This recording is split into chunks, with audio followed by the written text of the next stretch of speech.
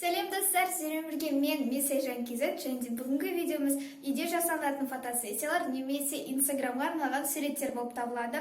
Бұл идеялар егер де сіздерге ұнаса, инстаграмға салып мені белгілеп кетіңіздер, сонда мен сіздерге міндетті түрде пікір қалдырып немесе лайк басып кететін боламын. Егер де бұл видео қызықты болса, арада қараймыз, кеттік.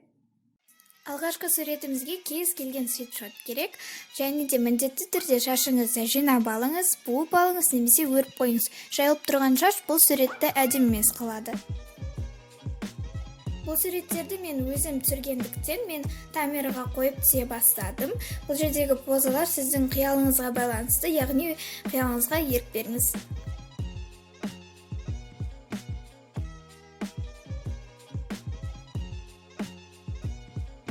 Менде осындай суреттер шықты.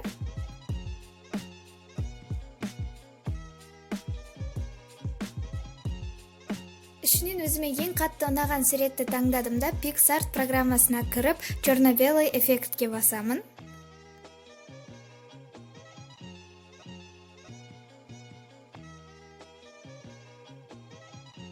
Кейіннен рисовать функциясына басып, өзімізге ұнайтын түсті таңдап, кисточканың түрін таңдайсыздар. Мен өзім мысалға ашық қызғылт түсті таңдадым, себебі менің ойымша осы суретке бұл түс идеально келеді.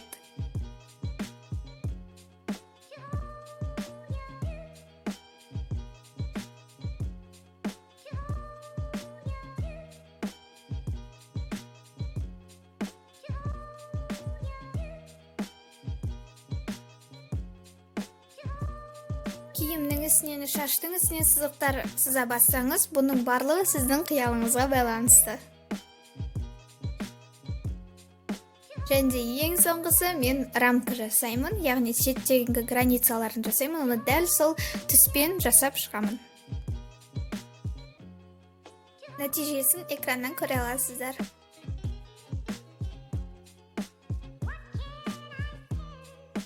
Келесі суретке мен ашық қызғылт түсті кофтамды кидім, және де шаш үлгімді өзгерткен жоқпын, себебі маған өрім ұнайды. Және ең маңыздысы ол гүлдер.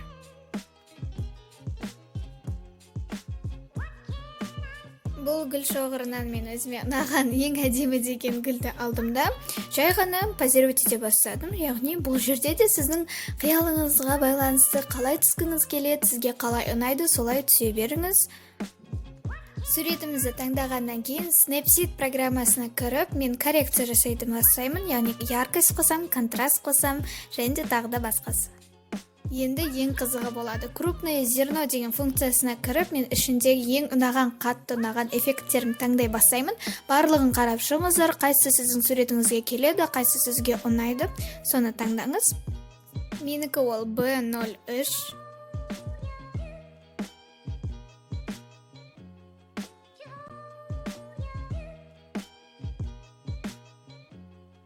Енді мен кест деген функциясына кіріп, гүлімді кішкене ағартамын, себебі бұл суретте ол тым қанық түсте.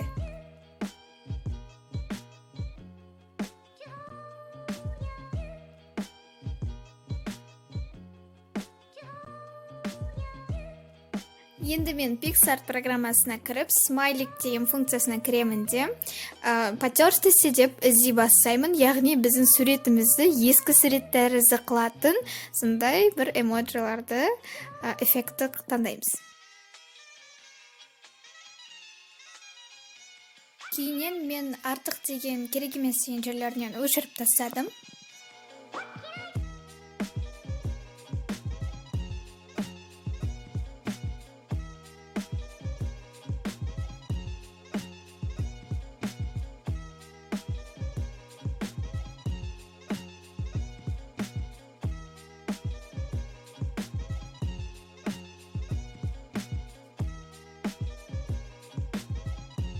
Үшінші біздің суретімізге сіздерге свитер керек, және де ол свитер үлкен болса, оверсайз болса, одан да күшті болады.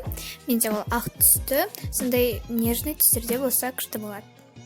Осылайша біздің суретіміз қыстық атмосферада болу керек, яғни сондай жылулықты білдіретін, сондай көрсететін уютный суреттер шығу керек.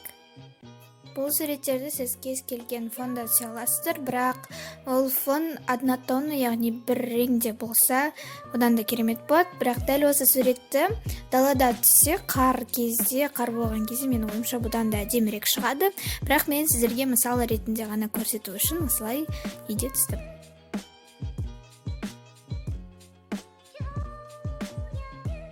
Суретімізге обработка жасау үшін қайтадан Snapseed бағдарламасына кіреміз де крупное зерно функциясына қайтадан кіреміз, және де осы жолы мен ең алғашқы эффектін қолданамын. Ең бірінші тұрған, менің ойымша сол эффект осы суретке дәлме-дәл келеді.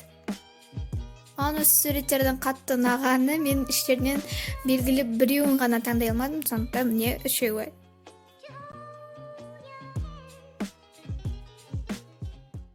Сіздерге менің ұсынған идеяларым ұнады деген ойдамын. Ұнаса осы видеоға лайк басып кетіңіздер. Менің каналыма Инстаграмға тіркелуге ұмытпаңыздар, және де міндетті түрде Инстаграмға салсаңыз, мені белгілеп кетіңіздер. Мен көргім келеді сіздердің қалай жасағандарыңызды. Сіздермен бірге болған мен Айжан. Менің каналыма тіркелуге ұмытпаңыздар. Сау болыңыздар. Алдыңғы видеода смайликті ең алғашқы болып тапқан осы 10 адамға сәлем жолдаймын. Менің видеомда белсенді болғандарыңызға көп рахмет.